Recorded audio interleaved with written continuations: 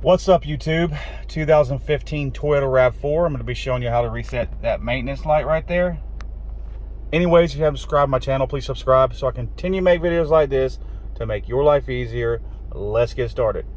Now, the first thing we're going to do is this display button on the steering wheel. Pardon my finger, I busted it last week. Didn't feel too good.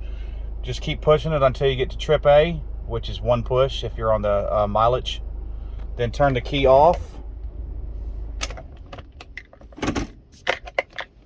Now we're going to turn the key back on to accessory where everything lights up, and you're going to hold down that display button right there. Okay? I'm going to push it in. I'm going to turn the key on. See how it's flashing and the dashes right there? When those dashes disappear, everything will go to 0. It's that simple, y'all. Anyways, I hope y'all found this video informative. I hope y'all like and check like, and please subscribe. Y'all have a good day. Peace out, YouTube.